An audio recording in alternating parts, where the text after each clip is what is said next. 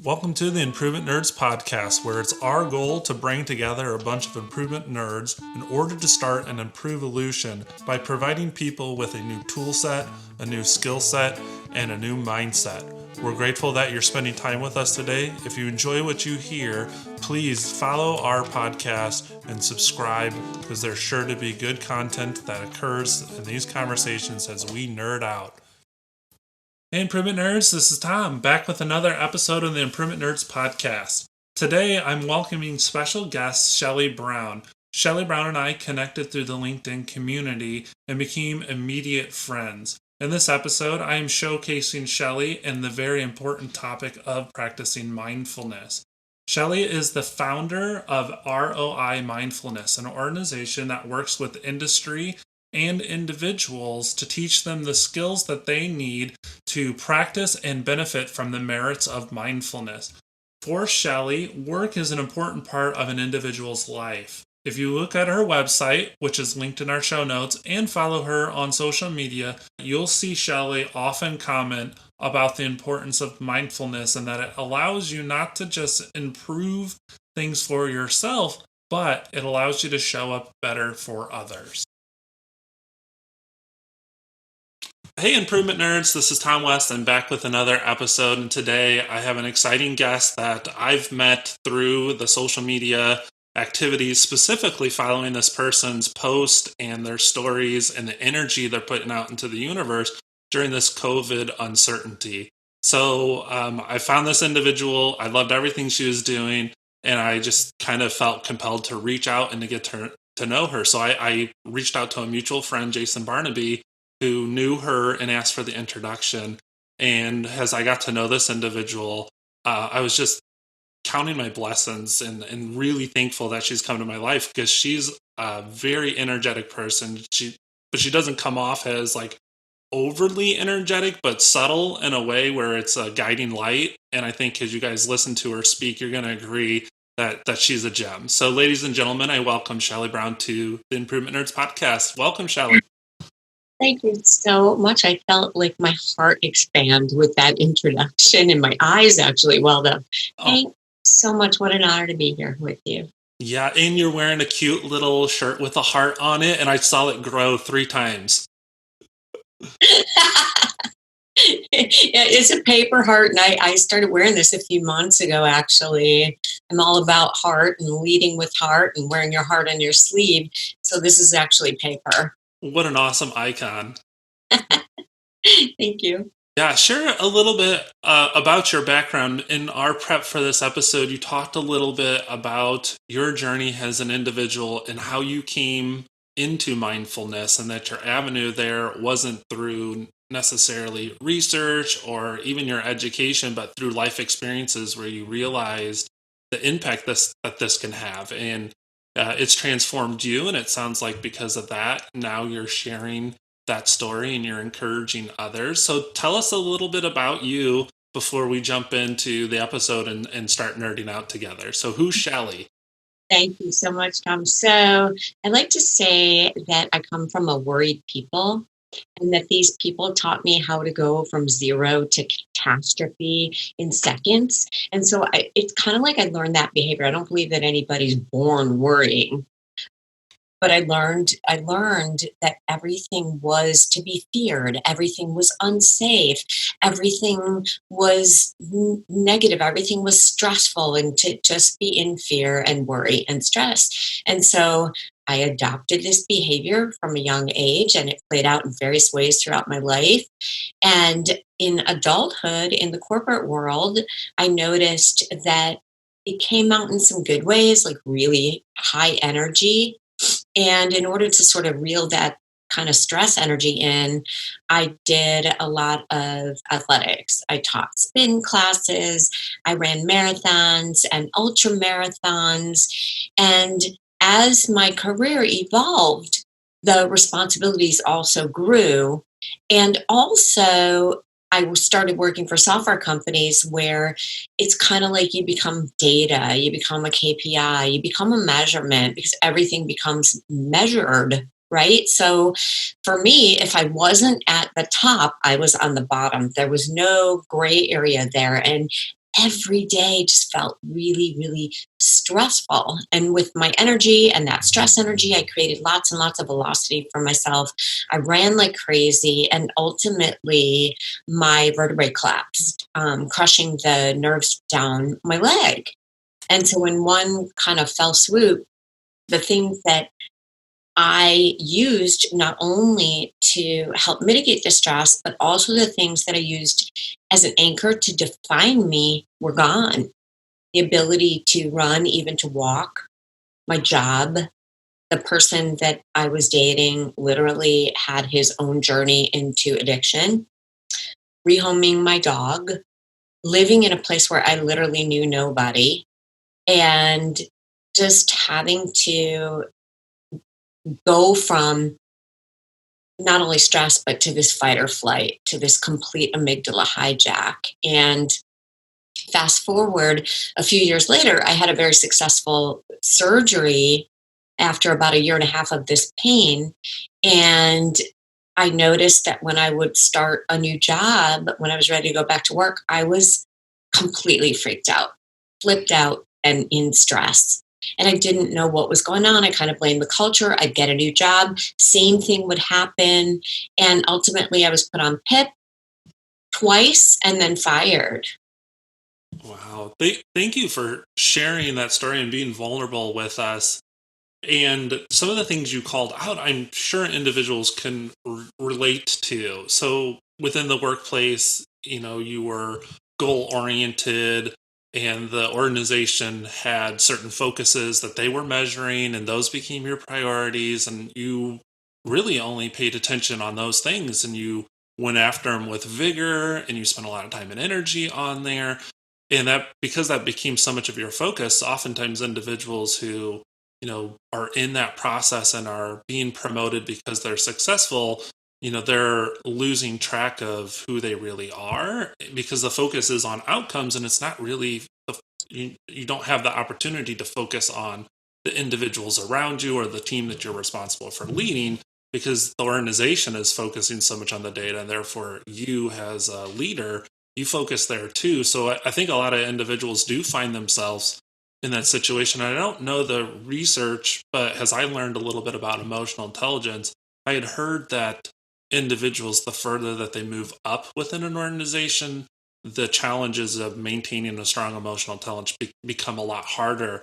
So you kind of sharing that, hey, like I was on this roller coaster and I was being promoted and goals were being asked of me, and along the way, I kind of lost a sense of who I was. I think people can relate to that.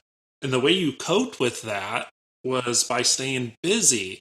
And I have a friend, Rachel Pritz, who has reminded us it's a Bill Gates quote. And I think even Warren Buffett shared it that busy is the new stupid. And that a lot of times individuals are filling up their calendars and their days and their weeks and staying busy, busy, busy and wearing that as a badge of honor. And she said, what reality is that busy is just a distraction. Oftentimes it's a coping mechanism for something that's underlying. And you said that too. So in your introduction, I think you hit on some things that others could definitely relate to. And I'm so glad that you're on this episode to share your story, not just where you were or the events that woke you up to the need to change, but now how you have changed as a result. So let's kind of move the conversation to what nerds you out. What nerds me out? So, mindfulness nerds me out, and all the nuances of the practice. I feel like you never arrive. Nobody ever gets a certificate saying I'm mindful. So it's constantly noticing my own practice and consuming as much information as possible. And I didn't start out the Buddhism route. I came to it through basically nervous breakdown. And so now I'm actually even more interested in the history of it. My practice is very secular. I invite people to this practice in the most inclusive, approachable way possible because people a lot of people don't know what it is and they think that it's something it's not. But in any event, I love learning more and more and more and reading and consuming so much, as well as deepening my practice and then helping people understand what it is and how they can cultivate a practice for themselves. I love that. That's to me, there's so many different ways that individuals are interpreting this idea of being a nerd. And, I had one guest that will be airing soon. It was Dane Delozier of an organization that's called Enable. And they have a process that helps individuals who are in the operational capacity understand what they should be focusing on and communicating openly and talking about ways to get there, so it's inspiring innovation and it's building trust.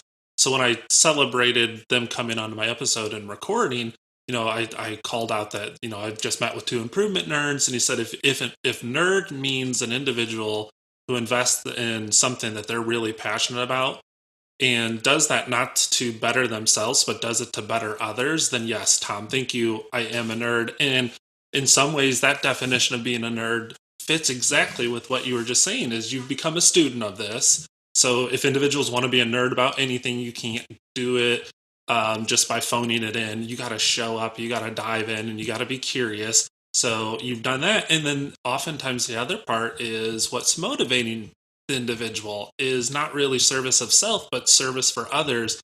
In what you just shared, those two things totally fit with the journey that you're on. Tom, nobody cares if you're mindful. I mean, nobody cares if you're calm. I shouldn't say nobody cares if you're mindful. Nobody cares if you're calm or you've cultivated, the ability to have ease in your life. We practice mindfulness so that we show up better for other people. So it's actually a practice of serving others by being able to show up at your best, to show up present, to show up with equanimity, to notice judgment, to practice mindful listening, to open up your heart to compassion, and to really, really have a sense of another, as well as your own sense of your self awareness in your interactions with others. Thank you for that. So, in another thing we talked about when you and I got to know each other was this vicious cycle or this chaos, or a lot of people call it the cyclone or the whirlwind of everyday life that is just moving in a constant and volatile fashion.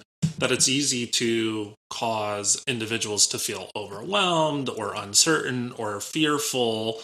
And mindfulness, in some ways, allows the slowing of that spin so that you can assess and be more present and show up and be more intentional in that environment. And I think doing that allows you to have a greater impact, not just in controlling that situation or trying to not allow that situation to control you, but you show up in a way that others can look to and say that if they can do that, I can do that too. So in some ways, you're role modeling that to others. Don't let the vicious cycle of life sweep you up and take you down the road. Stand strong in it and be mindful and assess what reality is and try to influence it in a way where those outcomes are better than if you just ran from it and feared it, because those things that you flee from, they'll show up again and again and again. If you don't stay steadfast in that storm, you may get away from it by fleeing that initial time, but it's going to show up again in your life. And I think you saying, hey, has being mindful, fight it right then and there the best that you can. And you may not overcome it, but you're going to learn something new. And the next time you have to face it, you're going to be slightly better at facing it than you would have if you just ran from it. Mhm. So I totally agree. And what I will say is the world doesn't sweep us up. It's the space in between our ears that sweeps us up. Life is at a more faster pace than it ever was. Our attention span has decreased on average to about 9 seconds. That's the same as goldfish, by the way. And so, what really is happening is there's a lot more vying for our attention But what's happening is our rapid thinking because of the velocity of life. It's the fear, the regret, the worry, the remorse, the autopilot, trying to multitask when we really can't. Our minds can only focus on one thing at a time. And so the distraction, or what the Buddhists refer to as the sufferings, come from, we'll take the current situation as an example. There is real pain in this world. This current situation is pain. And so there's three different kinds of distractions or suffering. One is when we really are saying that what's happening is I can't be okay with what it is. So we argue, we complain, we worry, we're in fear. So it's like anything but this situation. And we can't be present for what it is because we're arguing with reality. And then it's the I'll be happy when. So it's thinking about what can happen in the future that will make us have peace or make us be happy. I'll be happy when this is over. I'll be happy when I can go back to my job. And so we make our joy, our happiness contingent on something that we have absolutely no control over. Or we just say, you know what? Forget it. I'm just going to numb out. I'm going to drink. I'm going to eat. I'm going to scroll through all the social media, Instagram, and just not think about anything and stay in this autopilot mode of not really living. And so that's what's happening with our minds. We're in judgment. We're in shoulding. I shouldn't do that. I should have ate that. I shouldn't have said that. I should work longer. I shouldn't log out yet, whatever. So it's just this constant noise in the brain. And so what mindfulness invites us to do is practice the noticing muscle, the mental workout, the mental gym of our brain, not to shut our brains down, not to overcome and not to fight, but to notice when our mind has drifted and practice our noticing muscle to bring it back right here now. Yeah, I think that is really important information to share with listeners, is that as they encounter these events, that they're going to have these responses.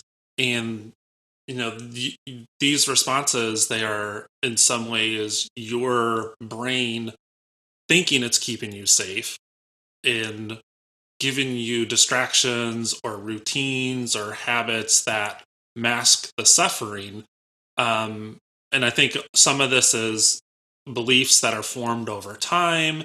So you tell yourself stories and it's how you cope. And, this is ways that you fit in so that you don't stand out. So you're not being rejected or, feeling judged. So, in some ways, this part of your brain really is trying to keep you safe. And in some ways, it's not. So you have to have that awareness that this is my subconscious. I'm not really thinking. This is just a reptilian response or something that was important for society at some point in time where risks were higher. But now those things really aren't necessary. And in fact, being more present and doing more present thinking is necessary. So they have to be aware that they're being mentally hijacked, and that noticing muscle that you were saying is you got to have a way to detect, oh my gosh, I'm being mentally hijacked and I'm moving through the motions and I'm not really thinking, and I need to have tools that allow me to stop and assess and actually be present with whatever's going on right now. You hit so many really important points. Number one, it is a practice. And I want to also add that a couple of things. Mindfulness doesn't get rid of these thoughts. It doesn't get rid of our emotions, our pain, our sadness, our worry, and our fear, but it puts distance in between what we're thinking and how we're reacting to it. It gives us an opportunity to make a choice and also to respond. So it's almost like I like to use the example, you're sitting at the kitchen table and maybe you have a screen door and you can actually, see worry knocking at the door and you're like, hey, I see you over there, but I don't really want you to come in and have coffee with me, but I see you and I acknowledge you. But the other thing that I was going to say is, we talked about this reptilian brain. The amygdala is the part of our brain when we are in a real threat, like a car's coming at us, immediately the amygdala sends out messages, and that is response to what we see and what we hear. And the amygdala sends out these messages that cause us sometimes to our heartbeat to beat rapidly, may cause us to shake, and it's basically putting us into emergency mode, fight or flight. And when we spend time in stress, and it doesn't have to be a spinal injury, it could be like our situation now, we can actually put ourselves into this fight or flight response. And what to me it's like is our wires get crossed. So that what happens is all the stimulus enters us like it's an emergency. And it doesn't matter what it is. And so what happens is we can lose the ability to sleep because we're always thinking everything's an emergency. We have emotional imbalance. Maybe we get angry. Maybe we cry. Maybe we just act out. And then, there's just this reactivity. We have a hard time focusing. And so it's not like keep calm and carry on. It's a physiological response. And mindfulness addresses the physiological component. It's not like watching a million TED Talks, writing down a bunch of affirmations, telling yourself to stop it. Those things don't address the physiology. They address the cognitive, but this is not a cognitive response. The central nervous system is acting like everything is a threatening situation. I think that's really important to say because a lot of people can get into this mode and they're like, what is going on? Why can I not talk myself out of this? Why am I acting this way? And maybe loved ones or colleagues or bosses or managers are like, what the heck is wrong with this person? And they don't really understand that this is a stress response. Yeah. In full transparency, while I was in school, I studied finance, and part of our curriculum was relying on data to analyze and make decisions and to do what you thought was certain. So a lot of my training and whatnot was highly analytical, and that was my comfort zone. So interestingly, one of the projects I worked on while in school was around a medication that was being considered for off-label use to support individuals dealing with anxiety.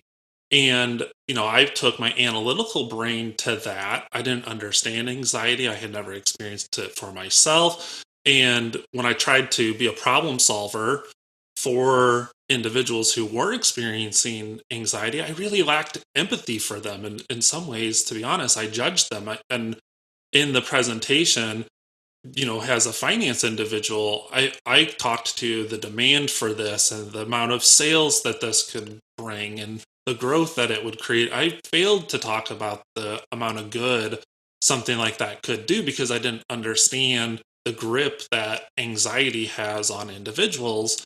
And man, I will admit I was a dirtbag and probably never would have realized how wrong I was until I started to experience anxiety for myself. So I think individuals who've never experienced it, one, maybe I did have it and I didn't know it and I just ignored it.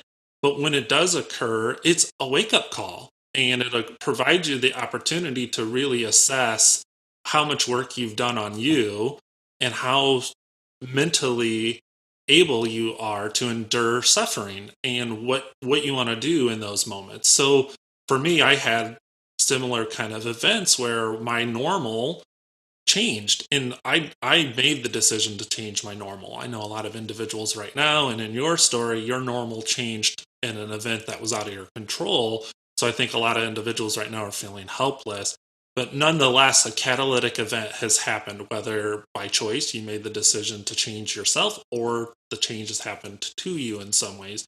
But as this happens, it's going to cause emotions, and the worst thing you can do with those emotions is to pretend they don't exist. And I think in your story, I want to revisit it because you said in our prep that the emotions you experienced in your event when you had your spinal injury was very overwhelming. And now looking back on it, you say it was the grace of God. It was an event that was meant to happen.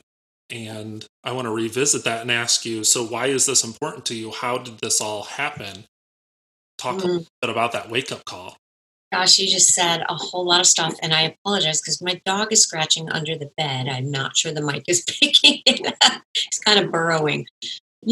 My heart like hurt for a second there. You were talking about your experience with not really knowing much about anxiety. And a lot of people don't recognize the symptoms of somebody struggling with anxiety. And it's not it's not pretty. And so if you don't know and you see somebody who's struggling with it, you could be like, what is wrong with this person? Why can't they deal? And in the workplace, it could be an employee who's asking you the same question over and over again. It could be somebody who you see being emotional at work. The chances are that they're struggling with fear or anxiety. It looks a number of different ways, and I think there's a real call for us to have an understanding about what this looks like, because we all bring things to the party, to our work party, and work isn't the cause. We're the whole human integrated being. And so I think it's super important, especially with the statistics of anxiety that there are now, huge, huge, huge numbers. And with what we're going through now, this is going to reverberate in a lot of people who may not know that this is what's happening, this stress and anxiety that they're experiencing because of what we're going through in our current world situation. So, I really appreciate that. Unfortunately and fortunately, you have an appreciation for what it is. And I'll also, in candor, tell you that as somebody who did get prescribed anti-anxiety and stuff, mine broke through it. It didn't help at all. So I just wanted to share that. But so I really, when I had my spinal injury, I went through a year and a half of what I call extreme suffering. So we were talking before the podcast that pain is inevitable, suffering is optional. So pain is the actual injury of my spine. The suffering are the thoughts. This is the worst thing that could ever happen. I am never going to get out of pain again. This pain is the worst pain ever. It is putting the suffering on steroids. So pain is bad enough, but then our thoughts make it 100 million times worse. And so by going through this experience, the biggest lesson that I can reflect on is the notion of impermanence, that nothing lasts forever, and that we can actually notice throughout the day, even now, even today, hour by hour, even moment by moment, you can be like, this is the worst experience ever. And then an hour later, smiling because your dog is digging a hole under the bed. So when we can notice the changing nature of everything, impermanence, not needing an anchor to things that we have no control over, allowing ourselves to sort of float in uncertainty is the biggest gift that we can have through anything. I believe. And so that's the biggest gift that I learned from what I went through. Yeah, thank you for sharing that story and for kind of raising awareness that there is a stigma around anxiety, and individuals who haven't wrestled with it oftentimes don't understand it. And I'll admit, you know, has my wife and I, we started our relationship and I was in business school and spending a lot of time and energy there. In some ways, I focused on my own development that I didn't really focus on her and I's development. And she had anxiety during that time period and she still has it today. But I showed up in that situation kind of just telling her what to do and, thinking I was self-righteous in some ways, that I never had it and you can overcome anything if you put your mind to it. And like, I owe her a big apology. I owe individuals who suffer with anxiety a big apology, because that's oftentimes how individuals perceive it, as that person's weak or what's going on with them. Like, they just need to, show up and buckle up or whatever and toughen up. But that's really not the response that we need to have for each other. We need to practice empathy and be present with them, and be asking what we can do to serve that individual who's experiencing that event. And I think that's going to strengthen us as individuals, one, because it's the harder thing to do, to be present in that uncomfort and sit with someone who's experiencing chaos. Yeah. So I'm not really proud of that, but I fled from being there with that person because I didn't I fled being there with my wife because I didn't understand it. And now, like, I have that opportunity to change my behaviors. Like, none of us are perfect, and I'm sure individuals listening to this have probably reacted to others' situations where they were feeling anxious the same way. And because it's easier and more comfortable to perceive that person as weak, and it's harder to actually realize that person is needing help, and to be the one that shows up and to be the one who offers help in the way that that person can receive it, instead of, let's hurry up and move past this, or your anxiety is making me uncomfortable. And we have to, as people, realize that it's not about us, it's really about that person. And if we want anxiety to lessen its grip on us as a society, we have to start showing up to in different ways for each other. So I think mindfulness is another way that we can do that, because in those situations, I wasn't practicing mindfulness. I was fearful for what she was experiencing. I was afraid I couldn't help her, and so every time she had those events, I ran from it. And had I known more about anxiety and known more about mindfulness, I would have had the tools to actually show up for her. And I think this mindfulness can allow us to do so many great things for each other. And that's why I'm so excited to have you on my episode. So thank you for letting me share that. I'm glad I kept it together, because this is not an easy thing to talk about, because it's ill-defined, it's fuzzy, it's not concrete. And people who grew up in an analytical world, and their whole world has always been fact or data or information, once they move into this emotional world, which is fuzzy and ill-defined and very raw, like, analytical people just freak out. They don't know what to do in these situations. So for one, I'm highly analytical, and I had to strengthen my emotional muscles, and I'm still strengthening my emotional muscles. So I think, if anything, and why I'm sharing this, is I hope individuals can realize that we're not supposed to be perfect. We're supposed to be human. Mhm. Gosh, you said so much. And first of all, thank you for your compassion. I mean, compassion is really noticing the suffering of another, and having the intention and taking action to try to relieve that suffering. One thing I'd like to invite you to, I know you have some regret and remorse, and maybe letting go of that self-judgment, because we don't know what we don't know at the time, and then we get to learn. So that's the gratitude, is, oh, I learned. I have an awareness now, and holding space for your own self, because I really do appreciate and honor you for opening up in that way. And another important point that you really brought up is, people don't know what this mindfulness stuff is. They think it's weird. They think it's woo woo. Everybody thinks mindfulness is meditation. Meditation is a formal practice. And guess what? If you don't like the word meditation, call it awareness training, call it your mental gym, call it the noticing workout, call it attention, badass attention warrior training. It doesn't have to be called mindfulness. Believe me, when I came to the practice, I was like, that's for tea drinking yogis. Do I have to go like this? Do I have to go like that? Do I have to go om?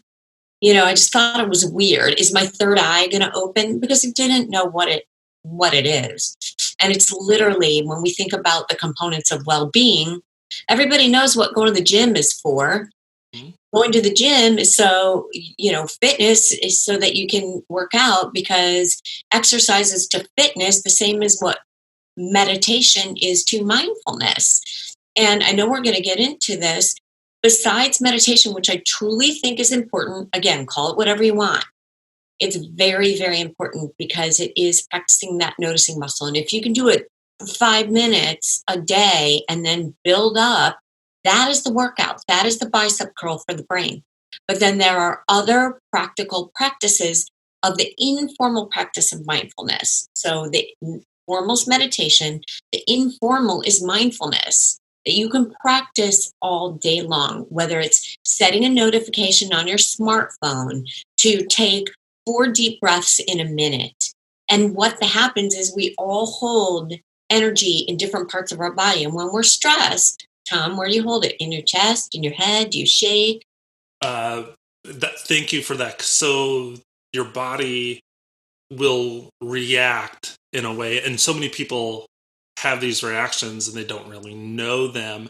So for me, when I'm feeling stress and whatnot, I clench my fist. It's so, Huh? and I didn't know that until someone said, I want you in meditating to think about something you're angry about and listen to what your body does and understand that that's the trigger or an indication that you're experiencing stress. And I never was awake to the stress I was experiencing. So, that it's going to show up in a physical manifestation Always. in some ways, and knowing what that is, like my spine kind of straightens up a little bit. I put my shoulders back and I start to clench my hands like I'm ready to fight. And I'm a lover. Like if I ever had to fight, it wouldn't be a short round, because I'm not built for scrappiness.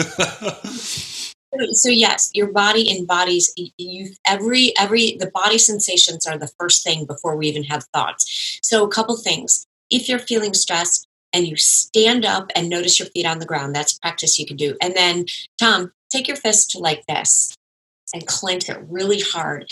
And now breathe in and then take a long, slow exhale out. What does your fist want to do? It lessens. It wants to open, and Right, yeah. Oh right. god. The other thing you said is a lot of people confuse physical wellness with overall and complete wellness. So you were saying, your background as an endurance athlete, you've done many marathons, you've done ultras, you've done halves, you were physically fit. And it's funny because I'm a endurance junkie myself. And my events of anxiety happened closely on the heels of finishing 2 Ironman races and a half marathon within 30 days. So, low blood pressure, great, physical endurance. And I thought, like, oh, I'm in good health. And then shortly after I completed my race in April, I was in the emergency room experiencing anxiety, and it felt like I was drowning. I felt like there was a weight on my chest, and everything I tried failed to allow me to stabilize. So it just became this vicious cycle, and I was experiencing a spin out, and never having experienced it before. I had, to go to the emergency room to just, answer questions to ensure that there wasn't something really, really bad going on. And it wasn't. It was, that mental hijacking which was going on, and I just didn't know it because I'd never experienced it before.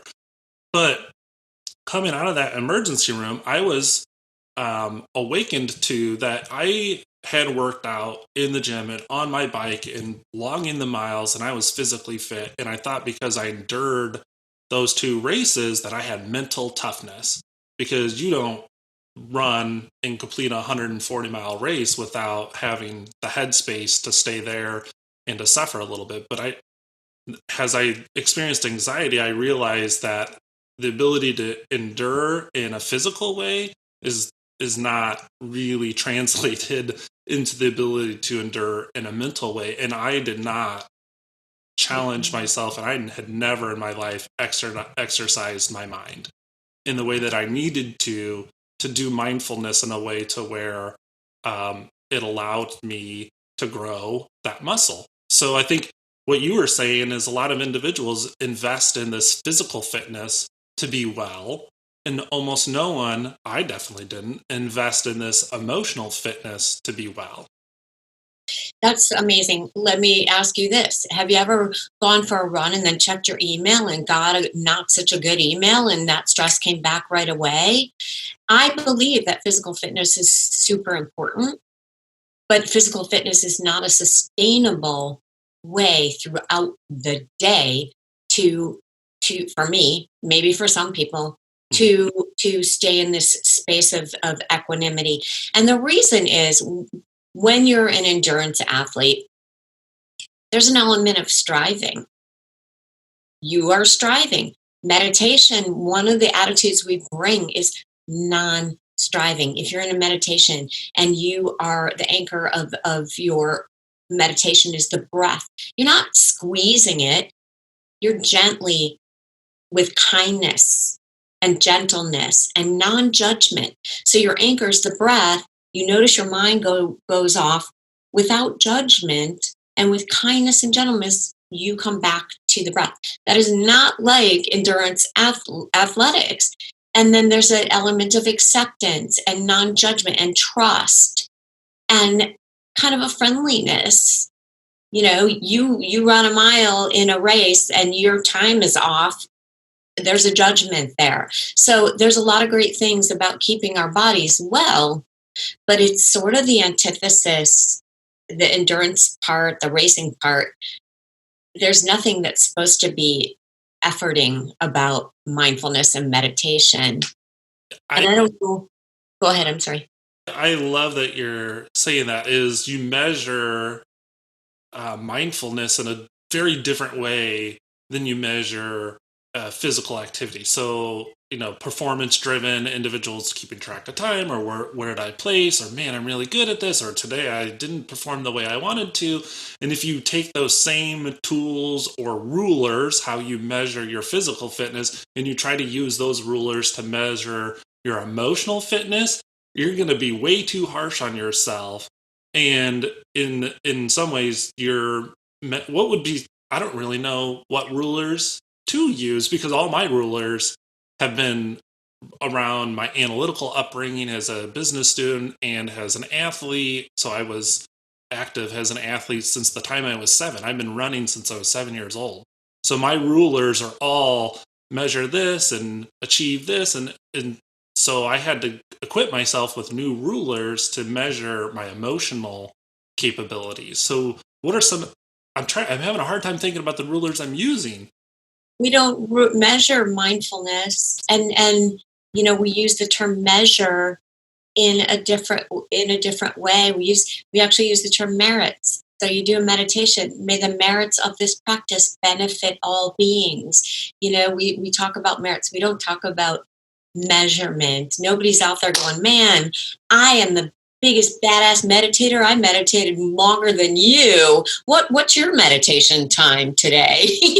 Like we do, like, what was your time in that marathon? What was your time with meditation today? And on a scale of 1 to 10, we don't do that with the practice of mindfulness. But I do, if I can quickly mention some other practices that are super easy. We were talking about the fist. I know a lot of people feel weird when, in the workplace, closing your eyes in front of other people, but yet at the airport, you could have drool coming out of your mouth. And I do like to invite teams to take a moment or a minute when they come into a meeting to come into the present together. And it may just mean looking down. It doesn't have to be a full-on meditation. And if you're working from home, again, setting your iPhone alarm to take a few deep breaths. Using a trigger, a mindful trigger. Right now, washing your hands is a really good mindful trigger. That means I am only washing my hands. I am using all my senses for this experience in the present of feeling what the water feels like, feeling what my hands feel like touching each other, feeling the temperature, feeling the sensations, and just like taking that minute to just come into the present of that action of washing your hands. Same with mindful meals. We all have to eat. What if we turned off all our devices? What if we came into appreciation of Who brought this food to us? How did this food, who grew it? How did it get to the grocery store? What about the preparation, the colors, the sensations of actually the feel of the food, the feel in our mouth, the what it feels like to chew it, what our taste buds are experiencing at the moment. Swallowing the food, the sensation of pleasant of having a meal and being able to enjoy. I mean, there's so many different practices that we can do all day long that are not just meditation. I think you, for your list of tools, I'm sure is expansive. And individuals who want to equip themselves with tools, I'd encourage them to connect with you and to continue this conversation, because we can almost dedicate a full episode to the tools. And the one thing I'll call out that I found to be helpful for me is to use prompts and to rely on experts who have shared how they're doing these things, and to allow them to act as my guide. So I'm 37 years old, and I didn't have an awareness that I had stress or anxiety, or I wasn't willing to accept that I had those things until I was 36. So 36 years of my life, I haven't exercised this muscle, basically. And now, in a short order, I have to understand and appreciate the merits of it. And it's not habit, and it's totally not my routine. And to help make it easier, I rely on guided apps. So I set a reminder, and I'll get up in the morning and I'll read, and I'll be present with every word that I'm reading for 5 minutes. And so that's one way. Or if I need to go even deeper, if I want to turn the page further and be more present in mindfulness, I'll open up an app like Calm or a YouTube video. And it's interesting, in mindfulness, I'm also learning the power of visualization, that if you can see yourself doing something, you are more likely to actually do it. And this was yet another abstract thing for individuals who practice visualization. And I started to do it, and it really has translated into a change in my behaviors. And so between those two, I'm learning and I'm benefiting from the merits, as you say. And the thing is I would encourage people to just start doing it, and to use whatever resources they have to get started somewhere, and to grow in their appreciation for the practice over time, instead of, oh, I can't do that, or I'm not going to be any good at it, versus let's use whatever tools you have available, and let's at least get started. And by starting, you're going to mature and understand new ways that this could have an impact on your life. And the more and more you do that, you're going to become a student of it. And I'm on my journey. And I love at the beginning of this, you said no one ever actually arrives and no one becomes a complete master. Even those who've been doing it forever will tell you that there's endless things that they're yet to learn. So basically, you're doing this and you're starting your learning journey about who you are and how you interact and show up in the world. Well, the merits of your practice, Tom, are probably being felt by more people than you know. Probably, I could say for sure to me right now. And I'm sure to your wife and to many others. And again, I think what you really, really drive home is that this is a practice. This is not a one hit wonder. And I could have thousands of hours in meditation behind under my belt, and I could have a really crazy day where I am thinking, where my mind is thinking more and more and more. Great, I'm a human being. If your mind thinks, that's awesome. The biggest reason that people don't do it is because they think that they're bad at it. They think that they're supposed to clear their mind. There's no such thing as being bad at it. If you think you're supposed to clear your mind, the only way you can do that is when you die. And I don't think that anybody really wants that, as to aspire to that through meditation. People say that they are uncomfortable sitting down. Okay, stand up, lay down, walk. You can use your feet as a meditation. The important thing is, when I ask people, do they meditate? Oh yeah, I use Calm to go to sleep. I use Headspace to go to sleep. That's wonderful. And I will also invite people to practice presence. Mindful meditation is about being relaxed, but coming to presence, not falling asleep. I'm happy if you use it to fall asleep. If you need that to fall asleep, good for you. But again, the message to drive home is nobody ever arrives, and it is a continuous practice, like being physically fit. Yes, I've enjoyed this episode so much.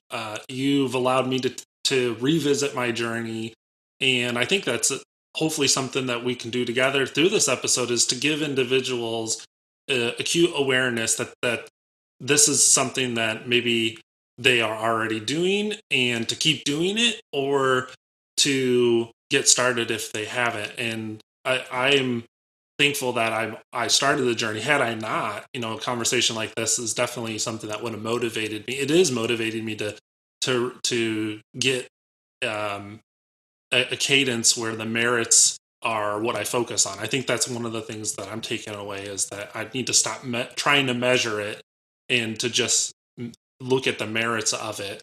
And then, through that, I'm just excited that people like you are out there promoting and showing like this is how it can benefit you.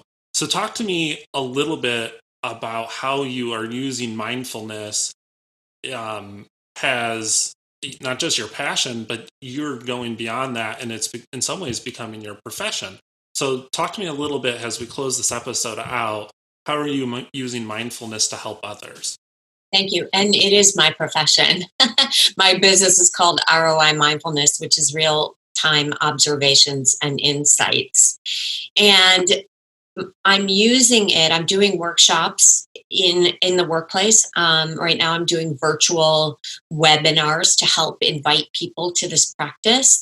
I never really call myself a teacher because I extend an invitation, and it's really up to each person to RSVP. I also speak, so I do keynote speaking.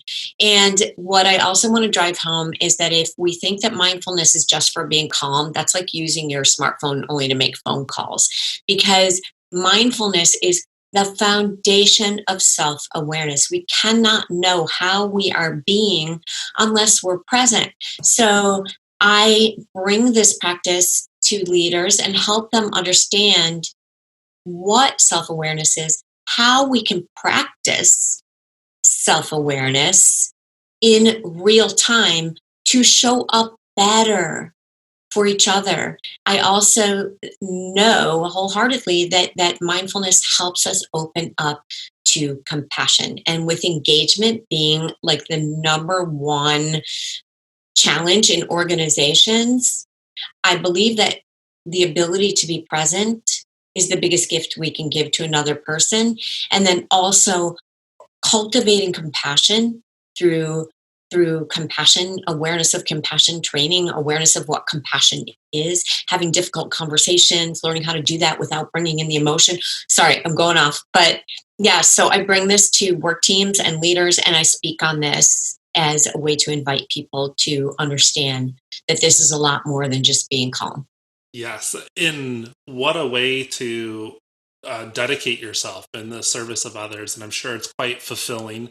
And the message that you've shared on this episode and the message that you share in your workshops and with the organizations that you partner with, I hope you know it's having an impact.